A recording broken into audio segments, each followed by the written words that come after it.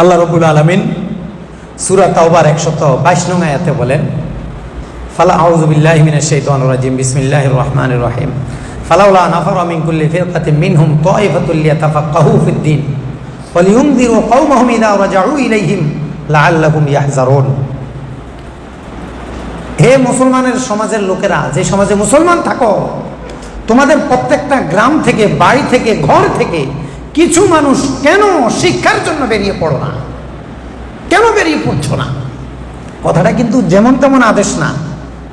আপনি আপনার ছেলেকে বললাম, বাবা বাজারে যাও। আরে যাও, তোমাকে যেতে বলেছি না? এই তুমি যাও না কেন? আপনি এই কথাটা কখন বলেন? শেষে বলেন, চূড়ান্ত সময়ে বলেন, এবং আপনার মানসিকতার একটা চরম প্রকাশ ভঙ্গিমা হিসাবে আপনি এটা কিন্তু পেশ করেন। আল্লাহ তাআলা ওই ভঙ্গিমাটা এখানে ব্যবহার করেছেন। কেন বের হয় না? মানে তোমরা বের হও, দ্রুত তোমরা মাদ্রাসায় আসো, তোমাদের সন্তানকে মাদ্রাসায় ভর্তি করো, দিন শিখাও। কেন তোমরা বের হচ্ছ না? তোমাদের আশেপাশে মাদ্রাসা আছে, মক্তব আছে, তোমরা কেন সেখানে ভর্তি করছো না? আল্লাহ কেন ভর্তি করব? মাদ্রাসা ভর্তি করলে কি হবে? আল্লাহ তাআলা বলছেন, লিয়াতাফাক্কাহু ফিদ-দীন, শিক্ষা দীক্ষা একত্র অর্জন করবে। তাফাক্কুহ মানে শিক্ষা দীক্ষা, থিওরিক্যাল প্র্যাকটিক্যাল, এই দুটোটাকে বলে আরবিতে বলে তাফাক্কুহ। তোমরা শিক্ষা দীক্ষা অর্জন করবে, একত্রে অর্জন করবে, এই জন্য কেন বের হচ্ছ না? এখন আপনি দারুন নাজাত মদিনাতুল হক মডেল মাদ্রাসা, দারুন নাজাতের আদর্শে পরিচালিত, এটা দেখে কাত হয়ে গেলে হবে না। আপনাকে প্রতি মুহূর্তে পাহারা দিতে হবে আপনার মধ্যে আমরা যে শিক্ষা, আপনার সন্তানের মধ্যে আমরা যে শিক্ষা দিতে চাচ্ছি, সেটা ওর মধ্যে রিসিভ হচ্ছে কিনা, যাচ্ছে কিনা। এই শিক্ষা দীক্ষার জন্য মাদ্রাসা, এই শিক্ষা দীক্ষার জন্য হলো স্কুল, কলেজ, মাদ্রাসা, প্রতিষ্ঠান। আপনার ছেলে স্কুলে পড়ুক, আপনার ছেলে কলেজে পড়ুক, আপনার ছেলে যে কোনো প্রতিষ্ঠানে পড়ুক, কিন্তু আপনি দেখবেন শিক্ষা দীক্ষা নৈতিকতা তার মধ্যে দিন দিন আসছে কিনা। এটাই কোরআন বলছে যে শিক্ষা দীক্ষা অর্জনের জন্য তোমরা বেরিয়ে পড়ছো না কেন? আল্লাহ বেরিয়ে পড়লে আমরা মাদ্রাসা যাব, এরপরে কি করব? মাদ্রাসা যখন বন্ধ দিবে তখন আমার ছেলে কি করবে? আল্লাহ তাআলা আমাদেরকে বাড়ির কাজ দিয়ে বলছেন, ওয়ালিয়ুনযিরু কওমাহুম ইযা রাজাউ ইলাইহিম, যখন মাদ্রাসা বন্ধ হয়ে তোমার ছেলে এলাকায় আসবে, তখন সে যেন তার বন্ধু বান্ধব, চাচা জ্যাঠা, নানা দাদা, মা খালা ফুফু, আত্মীয় স্বজনকে যেন দিনের কথাগুলো বলে। বাবা নামাজে আসো, দাদা নামাজে আসো, তুমি এটা করো, তুমি হালাল খাও, হারাম ছেড়ে দাও, ডিশ টিভিটা বন্ধ রাখো, বাবা তোমার মোবাইলটা পরিষ্কার রাখো, গান বাজনা ছেড়ে দাও। এই কথাগুলো সে যেন তোমার পরিবারকে, তোমার সমাজকে, তার সিমিলার যারা, তাদের মাঝে যেন একটু দাওয়াতের কাজ করে।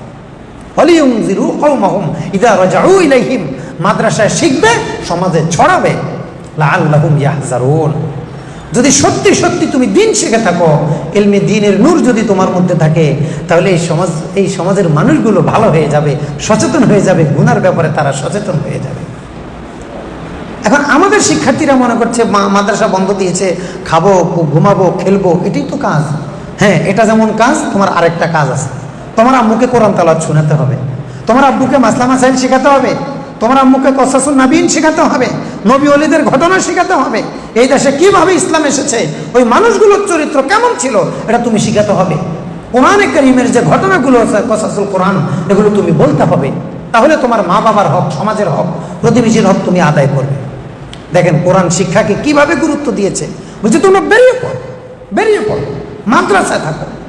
এরপর আল্লাহ তাআলা বলছেন, ইয়ারফাইল্লাহুল্লাযিনা আমানু ওয়াল্লাযিনা উতুল ইলমা দারাজাত। জানো শিক্ষার কি দাম? যারা মুমিন তাদেরকে আল্লাহ তাআলা মর্যাদা বৃদ্ধি করেন। যারা শিক্ষা অর্জন করে, ইলম অর্জন করে, এদেরকে আল্লাহ তাআলা বহু গুণে মর্যাদা দান করেন। দারাজাত, বহু গুণে মর্যাদা দান করেন। এদের মর্যাদা সমাজের অন্য মানুষের মর্যাদার মতো হবে না।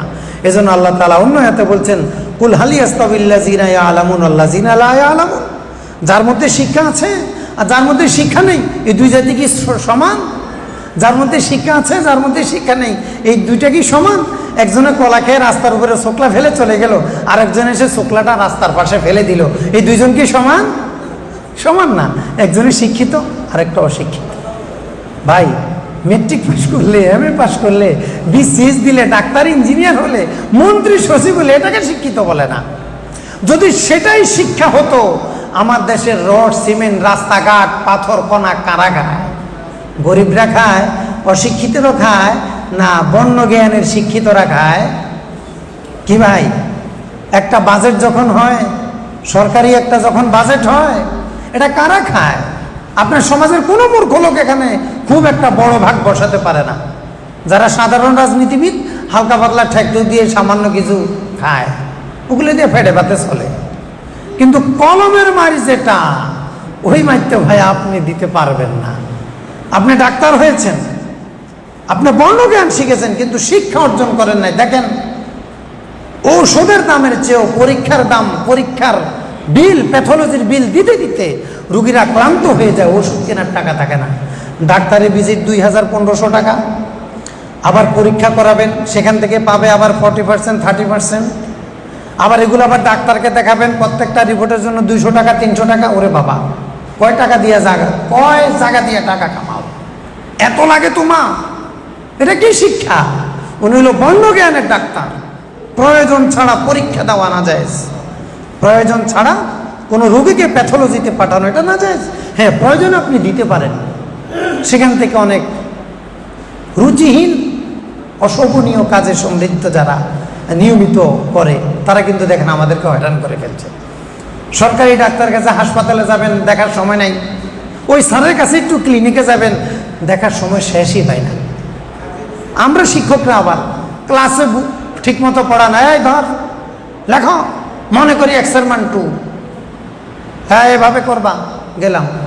স্যার এক্সারমান 2 কেন লিখলেন? কখন মনে করে দিয়ে অঙ্ক শুরু করতে হয়, কখন ধরে দিয়ে শুরু করতে হয়, এটা আগে আপনি বুঝাবেন না? কিন্তু ওই স্যারের কাছে যখন, হুজুরের কাছে যখন প্রাইভেটে যাবেন, একবারে জামাই আদরের মতো, আরে বেটা এটা এইভাবে করবা, এখান থেকে শুরু করবা। দোষ কেবল ডাক্তারের না, দোষ কেবল সচিবের, মন্ত্রী, এমপির। আপনি শিক্ষক হিসাবে যে ক্লাসে ঠিক মতো পড়াইলেন না, আর বেতনটা পুরা নিলেন, আল্লাহ আপনাকে কি বলছেন জানেন? ওয়াইলুল লিল মুতাফফিফিন। যারা মাদ্রাসার বেতন নিবা পুরা পুরা আর মোতালা না করে পড়াবা, তোমাদের জন্য জাহান্নাম, নাউজুবিল্লাহ।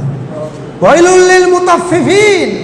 যারা মানুষের হক নষ্ট করবা, ছাত্রদের হক নষ্ট করবা, প্রজাদের হক নষ্ট করবা, জাতির হক নষ্ট করবা, তোমাদের জন্য জাহান্নামের ধমক দিচ্ছি আমি আল্লাহ। দেখেন শিক্ষা হারালে কি হয়।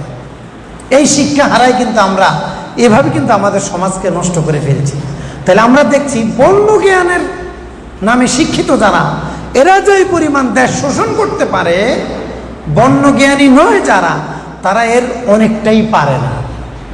একটা চোর 700 টাকা 500 টাকার এক জোড়া জুতা চুরি করে যেই পরিমাণ কিল ঘুষা খায়, ওই জুতার ফ্যাক্টরি থেকে ট্যাক্স নিয়ে বাংলাদেশের রাষ্ট্রীয় কর ফাঁকি দিয়ে একজন ইন্ডাস্ট্রির মালিক, কোটি কোটি টাকার মালিক, তিনি ইলেকট্রিসিটি বিল ঘুষ দিয়ে কমায়, রাষ্ট্রীয় কর ফাঁকি দিয়ে, শ্রমিকদেরকে কম দিয়ে তিনি আবার এখানে আসছে জাকাত দিতে। আমাদের দেশের নেতাটা দেখেন কত একটা বিশ্রী সমাজ। আপনি একটা ইন্ডাস্ট্রির মালিক, হাজার হাজার কোটি টাকার মালিক, আপনি শ্রমিকের বেতন দিতে কলিজা কেঁপে উঠে, আপনি মসজিদের সভাপতি হয়ে, বিশাল ডোনার হয়ে মাদ্রাসা মসজিদে বড় বড় অঙ্কের দান করেন। বলেন তো ভাই, আপনারা বলেন তো, উনার জন্য কি দান করাটা বেশি প্রয়োজন নাকি শ্রমিকের বেতনটা দেওয়া বেশি প্রয়োজন?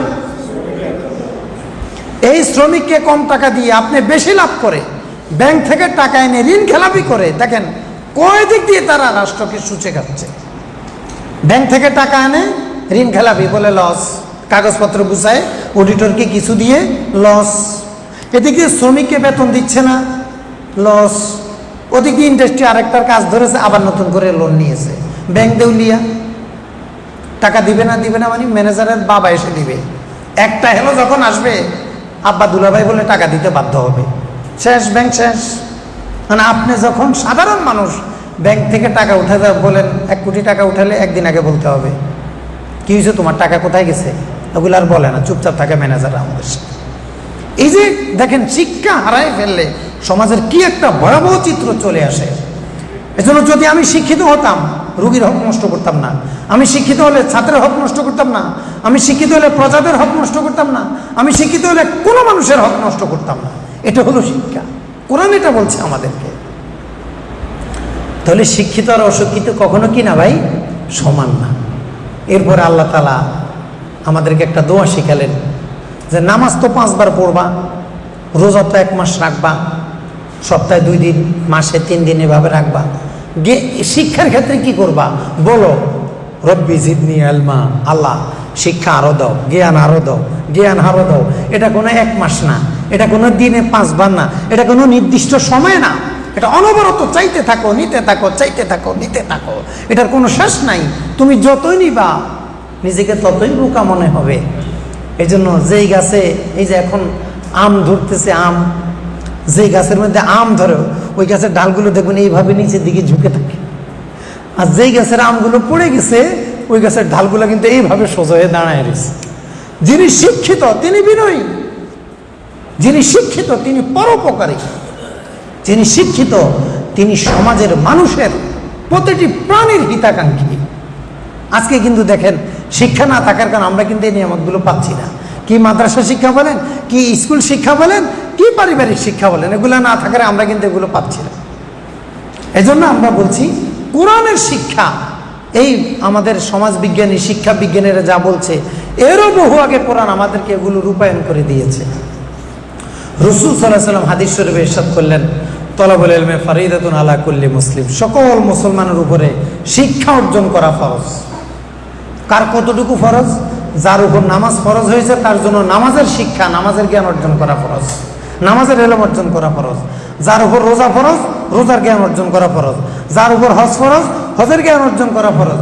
যিনি ব্যবসায়ী তিনি ব্যবসার মাসালা জানা ফরজ।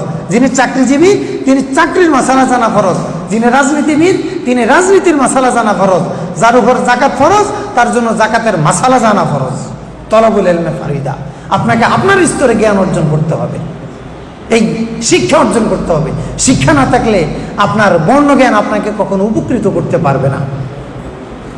ইবনে মাজাহ শরীফের হাদিসখানে এসেছে, রাসূল সাল্লাল্লাহু আলাইহি ওয়াসাল্লাম অন্য হাদিসে ইরশাদ করেন, মান জাআহুল মাউতু হুয়া ইয়াতলুবুল ইলম লিইউহিয়া বিহিল ইসলাম। কোন মুসলমানের সন্তান ইলমি দ্বীন শিখছে, এমন অবস্থায় যদি তার কাছে মৃত্যু আসে আর সে ইলম অর্জন করছে দ্বীনকে জিন্দা করার জন্য, মানুষকে হেদায়েত দেওয়ার জন্য, নিজে হেদায়েত নেওয়ার জন্য, নিজে জাহান্নাম থেকে বাঁচার জন্য, সমাজকে জাহান্নাম থেকে বাঁচানোর জন্য, মানুষকে জান্নাতমুখী করার জন্য, লিইউহিয়া বিহিল ইসলাম, ইসলামের জন্য যে ইলমে দ্বীন শিখবে তার কি হবে? ফাবাইনাহু ওয়া বাইনান নাবিয়্যিন দারাজাতুন ওয়াহিদাতুন ফিল জান্নাহ, তার মাঝে আর নবীদের মাঝে জান্নাতে মাত্র একটা মাত্র স্তর থাকবে, সে এত বড় আল্লাহওয়ালা হয়ে দুনিয়া থেকে মারা যাবে। দেখেন একটা মাদ্রাসা শিক্ষার্থীর গুরুত্ব কি পরিমাণ, শুধু এখানে না। রাসূল সাল্লাল্লাহু আলাইহি ওয়াসাল্লাম বললেন, শোনো, মাদ্রাসা শিক্ষার্থী অর্থাৎ যারা ইলম শিখতে চায়, মাদ্রাসা মাকসাদ না, ইলম মাকসাদ, যারা ইলম শিখতে চায়, এমনকি আজকে যে জুমাবার, জুমার আগে 30 মিনিট 40 মিনিট আলোচনা হয় না, এটা কিন্তু আপনাদের ইলম শিখার হাঁটা। আপনারা যে দিনে মাহফিলে যান এটা কিন্তু ইলম শিখার মাহফিল।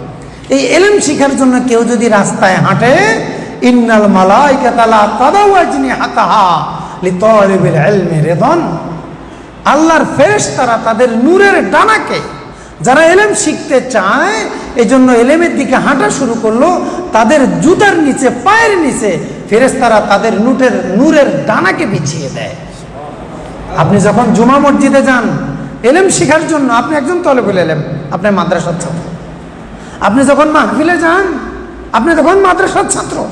আপনার ছেলে যখন মাদ্রাসায় আসে তার পায়ের নিচে, আপনার পায়ের নিচে যখন আপনি ইলম শিখতে যান, আল্লাহর ফেরেশতারা নূরের ডানা বিছিয়ে দেয়। বিষয়টা এখানেই শেষ নয়। রাসূল সাল্লাল্লাহু আলাইহি ওয়াসাল্লাম বলেন, সমুদ্রের মাছ, গর্তের পিপিলিকা, সমুদ্রটা আমাদের থেকে অনেক দূরে, পিঁপড়াটা কাছে, কিন্তু সবচেয়ে ছোট্ট, সবচেয়ে ছোট আর সবচেয়ে দূরের দুটি উদাহরণ নবীজি দিলেন। সমুদ্রের মাছ, গর্তের পিপিলিকা পর্যন্ত সেখানে থেকে মাদ্রাসার ছাত্রদের জন্য দোয়া করে, আল্লাহর কাছে ক্ষমা চায়, আল্লাহ যারা ইলম শিখবে তাদেরকে মাফ করে দাও, আল্লাহ মাদ্রাসার ছাত্রদেরকে মাফ করে দাও। ওলামায়ে কেরাম বললেন, এই মাছের সাথে মাদ্রাসা শিক্ষার কি সম্পর্ক? এই পিঁপড়ার সাথে, সাপের সাথে, সামপিচ্ছুর সাথে মাদ্রাসা শিক্ষার কি সম্পর্ক? ওলামায়ে কেরাম বলেন, সকল সৃষ্টি জানে যেদিন পৃথিবীতে আল্লাহ বলনেওয়ালা থাকবে না সেদিন পৃথিবী ধ্বংস হয়ে যাব, আমিও ধ্বংস হয়ে যাব। যদি মাদ্রাসা মসজিদ না থাকে, তলেবুল ইলম না থাকে, আলেম ওলামা না থাকে, পৃথিবীতে আল্লাহ বলনেওয়ালা থাকবে না, পৃথিবী ধ্বংস হয়ে যাবে, আমিও ধ্বংস হয়ে যাব। এই জন্য তারা নিজেদেরকে বাঁচানোর জন্য মাদ্রাসার ছাত্র শিক্ষকের জন্য আল্লাহর কাছে শুধু ক্ষমা চাইতে থাকে, আল্লাহ শিক্ষকরেও মাফ করো, ছাত্রকেও মাফ করো, শিক্ষকরেও মাফ করো, ছাত্রকেও মাফ করো। কি ভাই, আপনার সন্তানের জন্য সমুদ্রে মাছ দোয়া করে, একটু ভাল লাগে না? আপনার সন্তানের জন্য গর্তের পিপিলিকা দোয়া করে, একটু ভাল লাগে না? এই পিঁপড়ার সংখ্যা কয় হাজার, গুনছেন কখনো? এই মাসের সংখ্যা কত ভাই? এদেরকে দাওয়াত দিয়ে আপনি একবেলা খাওয়াতে পারবেন? কজনকে খাওয়াবেন, কয় বেলা খাওয়াবেন? সাল্লাল্লাহু আলাইহি সাল্লাম চেয়েছিলেন, কিন্তু কি পেরেছিলেন? এক মাসে এসে সব খেয়ে ফেলছে। দেখেন, একটা মাদ্রাসা শিক্ষার্থীর অভিভাবকের কত মর্যাদা। হাসরের মাঠে মাদ্রাসা শিক্ষার্থী অর্থাৎ তলবুল ইলম, এদের মা বাবা যারা হবে, এদেরকে আল্লাহ তাআলা স্পেশাল একটা পদমর্যাদা দেবে, নূরের টুপি দিবে। এটা অন্যের মাথায় থাকবে না। এটা দেখে অন্য মানুষরা মনে করবে উনার ছেলে আলেম। এই যে আলেমের বাপ হলে এই মর্যাদা পাওয়া যায়। পুলিশদের, বিভিন্ন ডিফেন্সের লোকদের ডিফেন্স আছে না, বেস আছে না, এখানে দেখলে বুঝে কিন্তু উনি ক্যাপ্টেন, উনি লেফটেন্যান্ট, উনি মেজর, উনি সিআইডি, উনি ডিসি, এডিসি। ঠিক ওই নূরের টুপি থেকে হাসরবাসীরা বলে ফেলবে উনি বোধহয় আলেমের মা, আলেমের বাবা। এই যে দেখো কি সুন্দর পদমর্যাদা। এগুলা কিন্তু আমরা বর্ণ জ্ঞানের কথা বলছি না, সাবধান। আমরা কিন্তু শিক্ষার কথা বলছি, এলমে দ্বীন যেটা, আমরা সেটার কথা বলছি। আপনার ছেলে যদি শিক্ষার্থী হয়, শিক্ষা অর্জন করে, এলমে দ্বীন অর্জন করে, আপনাকে আল্লাহ তাআলা এই মর্যাদা দান করবে।